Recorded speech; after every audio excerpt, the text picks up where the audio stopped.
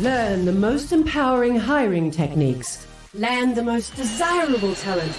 Launch your company towards massive success. This is the Higher Power Radio Show with your host, Rick Gerard. Surprise! I'm here to hand in my 2 weeks notice. Now you quickly shift into oh shit mode and try to solve the problem, as this person leaving will surely inconvenience you, the team, and the company. Now you decide to communicate thoroughly to understand why and attempt to get the person to stay.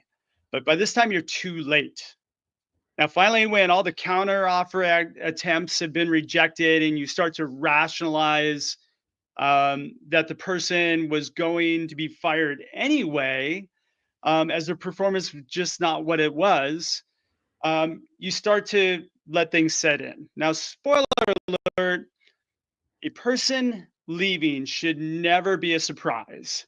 And when you're having regular, honest conversations about what's in it for them, and you listen to how they feel, these conversations are what fuel engagement, productivity, and profit. I'm Rick Gerard, and welcome to the Higher Power Radio Show.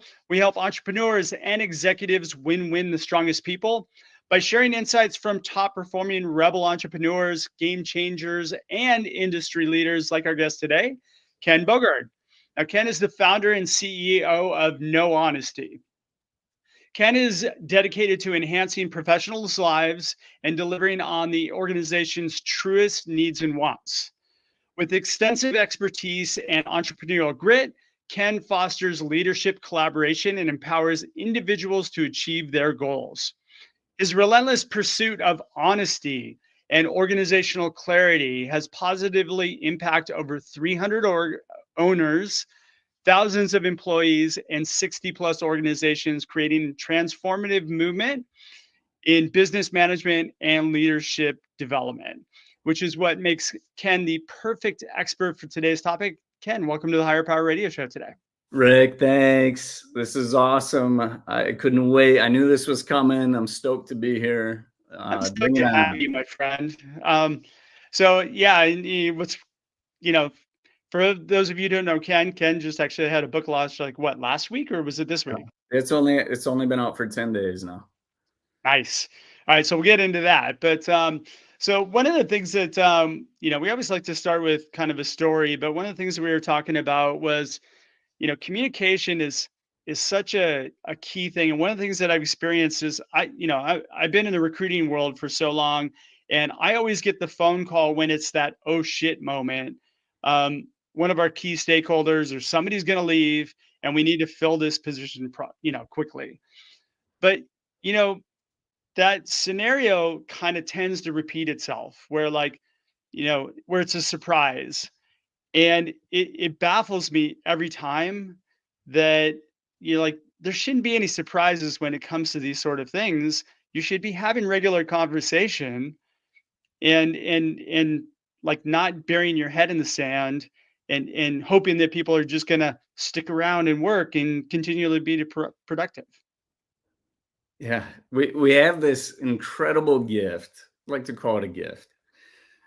Every human being has some sort of gift of communication within them, and we can articulate better than any species on the planet, better than any single species. Isn't that crazy? And here we are, and we're doing it, Rick. We're going back and forth and we're communicating. Yeah. The problem is we have screwed up this gift of communication. We have thrown it out the window. We are not using it in its purest form. And we wonder why we struggle connecting with anybody. We wonder why we have surprise people quitting on us. And we're like, wow, you're just, okay, 2 weeks notice, didn't see that coming. Yeah. Why we have these conflicts, why we have challenges in our relationships, why we have challenges with customers or vendors. And it's because we've screwed up this gift of communication. I'm not gonna do. I certainly have no disagreement with you on that one. Like, and you know what? We're all guilty of it. Like I I have, and it's interesting because I feel like as I analyze myself, because I always look at myself first, right? If there's a communication issue, starts with me.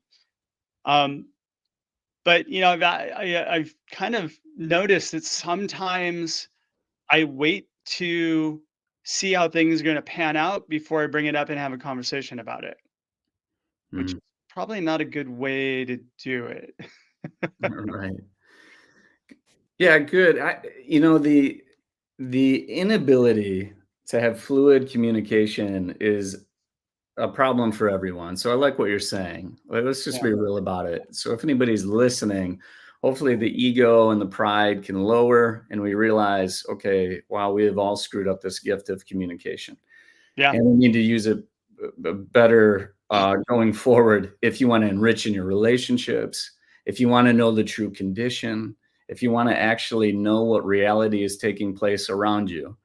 But because of the problem of a lack of communication, we have struggling relationships. We don't really know the truth of what's going on around us. And so I'm looking at everything that we've done with the book, and I'm like, we're just trying to insert more moments of truth in people's lives so that they can absorb and handle reality and actually do something with it. The problem, I want to give you a little more detail, if it's okay, behind the problem. Absolutely. If you look at the last 15 years and what you've been taught, so just think of some of the things you've been taught over the last 15 years, what's been peddled on us, pushed on us. And those are things like, well, vulnerability. You should be vulnerable.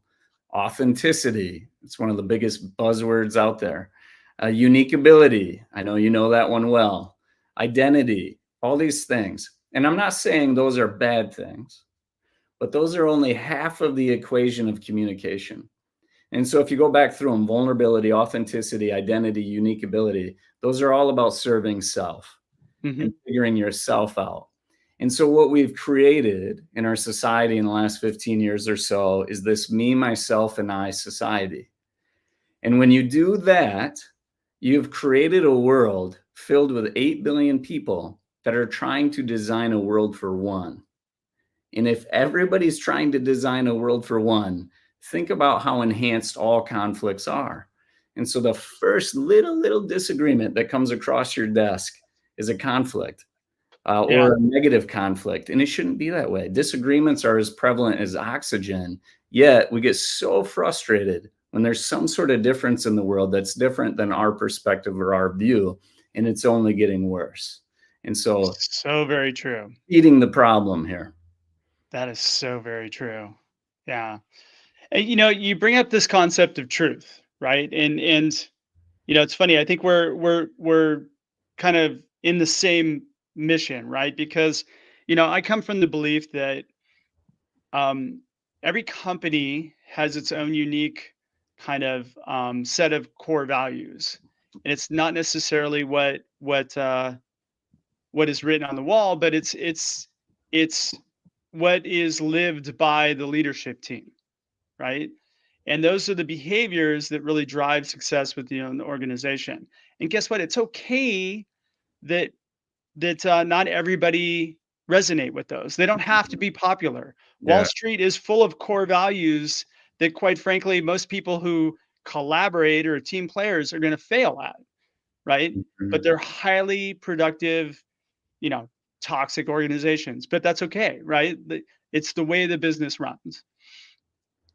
The truth is, in the pursuit of truth, right? Understanding whether or not this is going to be an environment that I'm going to be successful in is kind of that core element to a lot of what not having those conversations does.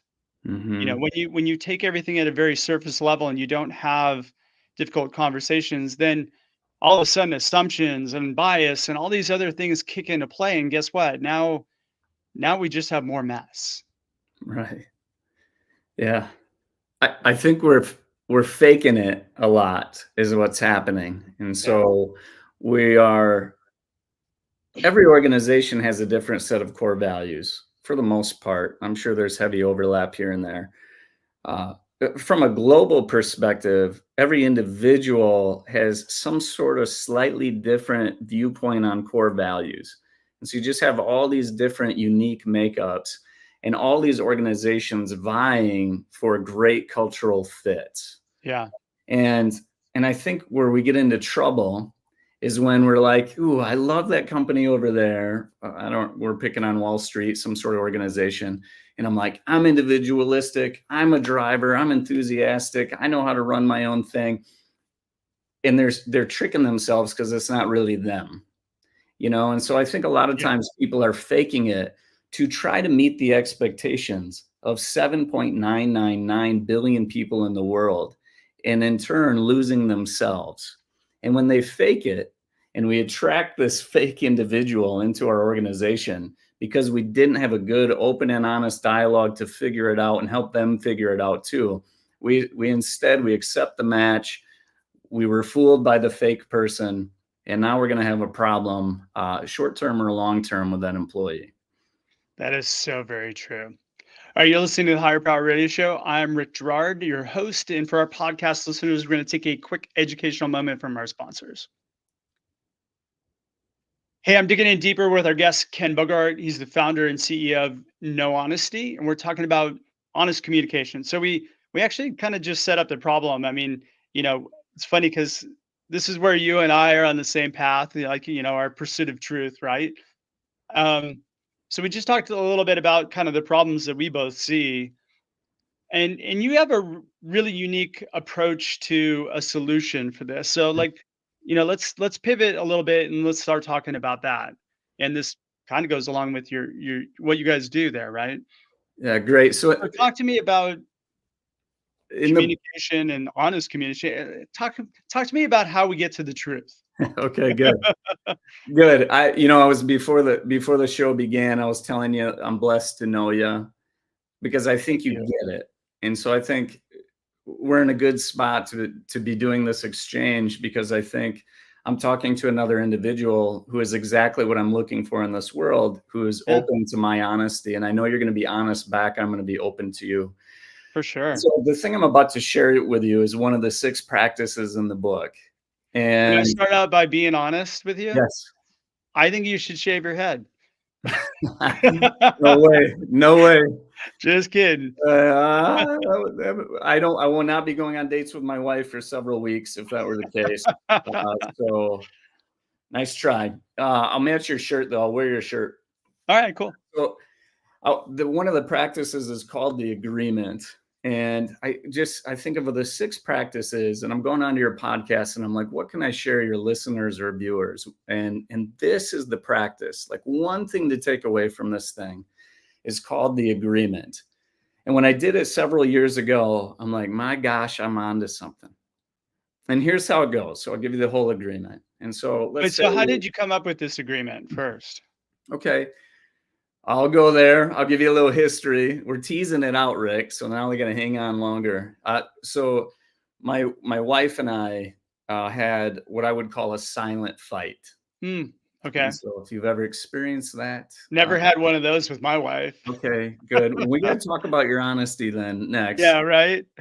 So we had this silent fight. It was a Friday night, and we're fighting. To this day, Ilsa is my wife's name, but we've talked about it, and we don't even know what the fight was about. But it got so bad between her and I that we didn't even want to talk to each other. And we were the only 2 people in the house at the time before we had our kiddos. And so here we are. It's a Friday night, and we're passing each other, and we're not communicating, not one word coming out of our mouth. Well, I didn't have anything planned the next day, unfortunately, and neither did she, unfortunately. And so now we're stuck in the house together the next day. And we're passing each other in the hall. We're not talking about anything. We're getting our lunch, getting our dinner, and we're still not talking. It goes into the 3rd day. And I'm sitting on the couch. She comes down the stairs, and she looks me in the eyes. And I'm like, she's got me, right? Here we go. And she says, you can fix leadership teams, but you can't fix us. So she said. Oh, gut punch. So dagger, right? And all these feelings. I was upset with her, and then I was proud of her, and I was upset at myself, and I had all these emotions that were flying around at that time. Yeah. And I'm like, my gosh, she's totally right.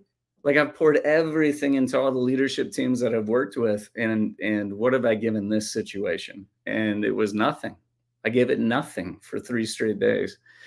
And I said, all right, we got to sit down and talk through this. The only way that we're going to work through this is if we do 2 things.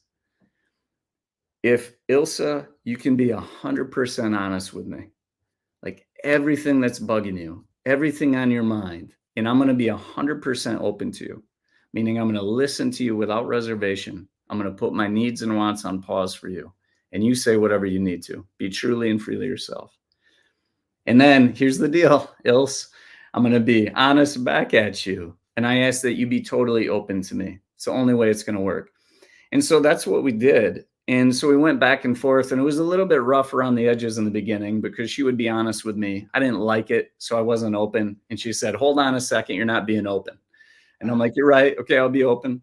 And then I'm honest back at her, and she gets defensive, and she's not being real open. I'm like, hold on, no, you're not being open.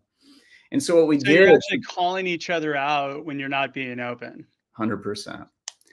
See that's so it seems to me like that's kind of the key thing there, right? Is calling each other out and saying, hey, look, you're not listening to me. Right. The word's accountability. Yeah. And it doesn't have to be complex, right? It's like we just agreed we're going to be honest and open with each other. And then 2 minutes later, we weren't. Well, let's make sure we fix that. For 2 hours, Rick, we ironed it out and we got really good at communicating. To this day, we've never had anything that severe.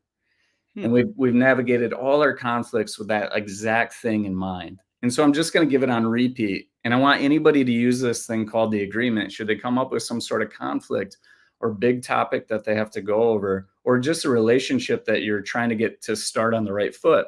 So it's called the agreement. And here's how it works. Rick, pretend you're my person that I'm sitting down with, and we're going to go into some sort of partnership. And okay. I say, Rick. What up, boss? What up, boss? Back at you. If we're going to make this thing work, Rick, I think we got to agree on how we're going to communicate. And what I mean by that is, Rick, I just want you to be 100% honest with me. Be truly and freely yourself, speaking of what you want and how you feel. And I'm going to be completely open to you. I'm going to be 100% open, meaning listening without reservation. I'm going to put my needs and wants on pause for a second for you and your honesty. But I'm going to be honest back at you. And I hope that you're totally open to me. And I think if you and I do that, we are unstoppable with this thing that we're calling communication. And so can you agree to communicate with me on that? And so I share that with people. And I think it's a mixed bag. Some people are like a little blown back by it. They're like, oh, this is a little intense. And my thought for people who think it's intense is, why would you want anything else? Why would you want somebody who's closed-minded? Or why would you want anybody who is the opposite of honest, dishonest, or lying, or skirting the truth, or faking it? And so all you're trying to do is give permission to the person across from you to let's have pure communication, because we've screwed it up so much in the past that our neurons are clicking the wrong way, and it's time to set it straight. And so the agreement does that. So if I'm an employer, right, and I'm sitting down and I'm using this with one of my employees, this is the point where if you're saying, I'm going to listen without reservation, I'm going to put my needs on pause for you, then this is the point where you're going to hear things that you don't want to hear. And I think for some reason, we don't want to hear things that are displeasurable, right? So we don't ask. Right. And I don't, so I might get something like, hey, look, I'm not really digging the work you're giving me anymore. Like, I'm bored of it. It's the same thing I've been doing for like the past 4 years. I'm feeling stifled. I don't feel like there's any growth. Now I've got a whole nother set of problems as a manager that I have to deal with to keep that person engaged. Mm-hmm. And really my only job as a manager, and I'm thinking, from somebody else's perspective, is to keep the keep the motor running, right? Yeah. Well, you said, a whole new set of problems now that this person has shared that with Yeah. you. And I would push back and say those problems always existed. They Yeah, just finally told them to you. And I think we view issues as a problem of some sort when really we should be running at issues, inviting that in. And quite frankly, a boss or a leader, I mean, that's your job, yeah, is to accept sure, those issues and put those on the table and create a space where you have transparency and you have the full picture of things. And so I think a lot of people do hold it in here. And for all you're sure. trying to do is just set it free. And so you really have to model the behavior. So when you hear something shocking, try not to attach some sort of thought to it or preconceived notion, or don't try to debate it. Just try to soak it in. So Rick, if you came at me with some heavy stuff, like I'm telling you, I'm being truthful with you when I tell you I'm going to be open to you. And I'm Yeah. really trying to get into your head and where you're at and how you feel. And when you do that, you have a whole nother level of empathy and understanding from the person across from you, and a real connection being made. I totally agree with you, but I guess so. Again, I sit down with you and I say, Ken, I don't like working for you, man. You don't listen to me, and quite frankly, like you're kind of an asshole, Yeah. right? Like, I mean, somebody says that to you, what you're going to be taken back by it. It's something you definitely need to hear Right. because your perception is probably quite different. Like, I've got great relationship with all my people. Um, but as a recruiter, I've taken advantage of that my whole career. Mm. And you know how many times I've heard it from candidates like, hey, there's so much truth to the saying that people don't quit jobs, they quit managers, Mhm. right? Or leaders, or, so that's what happens. And, um, this kind of the kind of I think people are fearful to hear that, right? I mean, that would be the one thing I think that might give me pause. I'm okay with it, and I think, but Mm. the other thing is, do you think people are really honest about giving open, honest feedback? Yeah. Not at first, Yeah, and kind of because 'cause they're not educated on it, Rick. Like, I yeah, I don't know how you were raised or what school you came from, but in grade school, I mean, I wasn't taught, "Hey, Ken, be honest, be truly and freely yourself, and, hey, be open and make sure you listen to perspectives in the world." That's not how I was raised. no, not at all. It's be honest, but don't be too honest, right? Yeah. Yes. And then you go to high school. I wasn't taught that. Then if you Nope, went to college, I went to college, I wasn't taught that. Then you go into the working world and the 7 different jobs that I had early on, I wasn't taught this. no, And so, but once you have it, my gosh, that company is unstoppable. And so, like, think about when you said taken back, you said, well, you're going to be taken back by something like that that comes at you. And I think we got to work on that muscle of not being taken back by somebody's truth or somebody's perspective, and just yeah, try to absorb it and seek to understand it and get curious about it.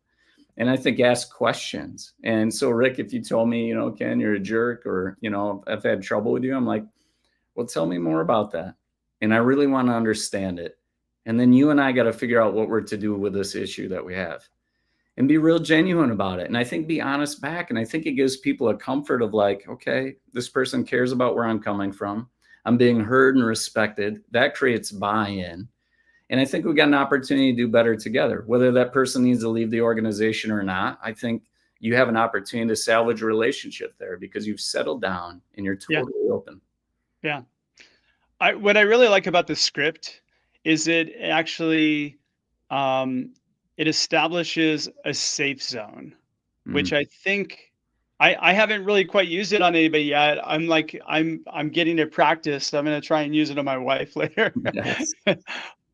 Although now she's gonna be like, "You pull that from the show today."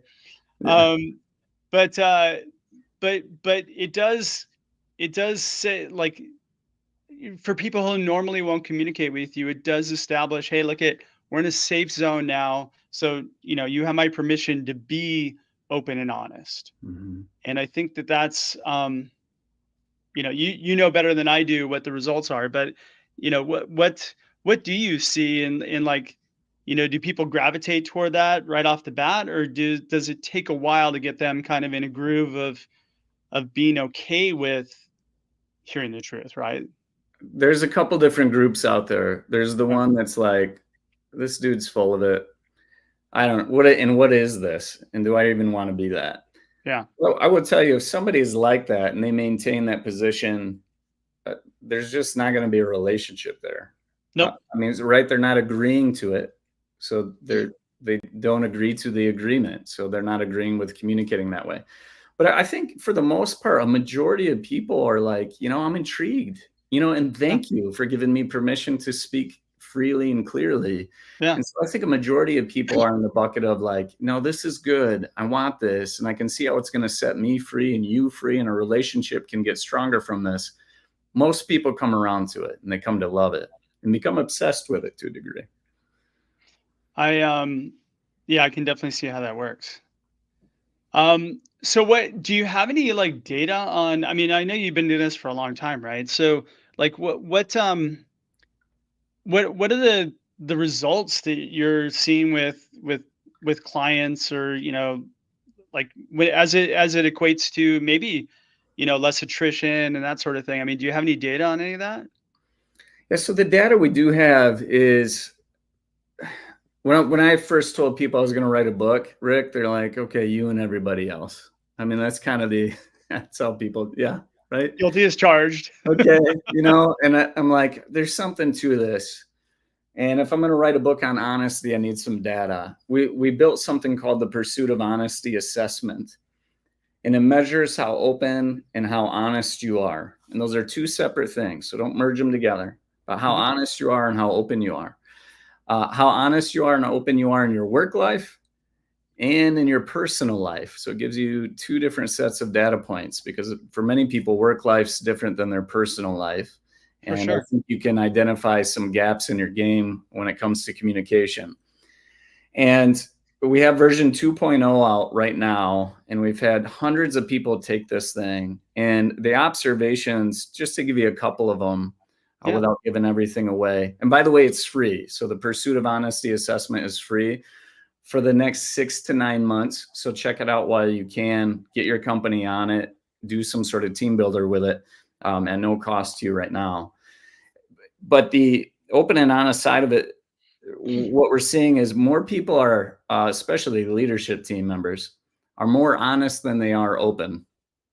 And so that's the first observation. Yeah. I'd bet a lot on that one. But yeah. The next observation is that nobody is 100% open and 100% honest. It just doesn't exist. Hmm. And so I think there's some relatability in that. Like, we're all trying to work on this thing together. And the other side of it is, well, some people have a percentage of honesty and openness within them, or everybody does. You just got to expand that. So if you're sitting at 60% honest with most of your engagements and conversations, good. You got 40% the way to go. And so Yeah. let's get on a journey together. And so those are a couple observations for you. People are, especially in leadership, more honest than they are open. And usually the leadership team has stronger percentages than the rest of the organization by a little. And then that's to be expected as well. That's dude, that's great feedback. Thanks for sharing that with us. We're getting pretty close in time. What would you say would be the kind of the key takeaways you can give the audience that they can plug into their business today? Yeah, the number one is go back to the agreement, go listen to it, get good at it, and put it to use right away. And go ahead and test me on this. Go try it on some sort of conflict that you have going on, big or small, and just see how it goes. Yeah. And I'm happy to hear all the good, bad, and ugly that comes with it. So reach out to me for that. But use the agreement. And it's a game changer for all relationships in your life. 2, I put healthy rules on my wall. I have 7 healthy rules when I'm working with the teams that I work with. And the 2 on the bottom are the ones that I talk about. And I say, if we're going to do great work together, there's 2 things I need you to be. And I think at this point you can guess what they are. But I need you to be honest, and I need you to be open. And just by setting up the day to have those healthy rules, you will get changed behaviors in whatever environment you're in. You got to give people permission and educate them on it's okay to be those 2 things here. And then finally, the one I just mentioned to you, which is the Pursuit of Honesty assessment. Go take the thing, see your numbers, see where you stand. And we got some good follow-up that comes in the form of an email after you take it. That'll help you out. Ken, thanks so much for your time investment today. And I want to welcome you to the Higher Power Radio community. So what would be the best way in which members of the audience can find you, your company, all that good stuff? Yeah, that's great. Go to No Honesty, KNOW, nohonesty.com. Play around, go on there, find our book, find the assessment, fill out a contact form if you want to touch base. And I love talking about the subject, so you're not bothering me if you reach out to me. LinkedIn is my preferred platform, so please connect with me on LinkedIn. I love to be surrounded by like-minded individuals that agree with this sort of thing, of course. And if you disagree with it, we really need to be connected so we can work on that. And the book's on Amazon, Audible, and everywhere else, so you can find it anywhere. And we're blowing it up, Rick, and it's doing really well in this first week. So, yeah, you know what? I thank you. By the way, you sent me a free copy, I think, a few weeks ago, and a really cool care package. I actually posted up on LinkedIn because I was like, "This is the best book launch pre-package I've ever gotten." I was like, crap. Now the challenge is thrown down for my next book. I've got to, I gotta at least, hit that. Yeah, you better have some electronics in there. It's good. Yeah, he sent me an iPad too. No, I'm kidding. Yeah. All right. Well, thank you for tuning in this week's episode of Higher Power Radio. Quick thanks to our team, Brian Colburn, Andrea Ballin, and Ayla Gerard. If you're listening to the podcast, please subscribe, review, and share. We are listening, and we welcome your feedback. After all, this show is for you. You can join the Higher Power Radio community at Higher, H-I-R-E, Power, P-O-W-E-R, radio, R-A-D-I-O.com, or you can drop me an email at rick@intertrue.ai. I'm your host, Rick Gerard, and you have been listening to the Higher Power Radio Show. Aloha. Thank you for listening to Higher Power Radio. Catch our LinkedIn Live show every Tuesday at noon, or download the podcast on iHeartRadio, iTunes, YouTube, or your favorite podcast platform. We appreciate you joining us on Higher Power Radio with your guide to hiring success, Rick Gerard.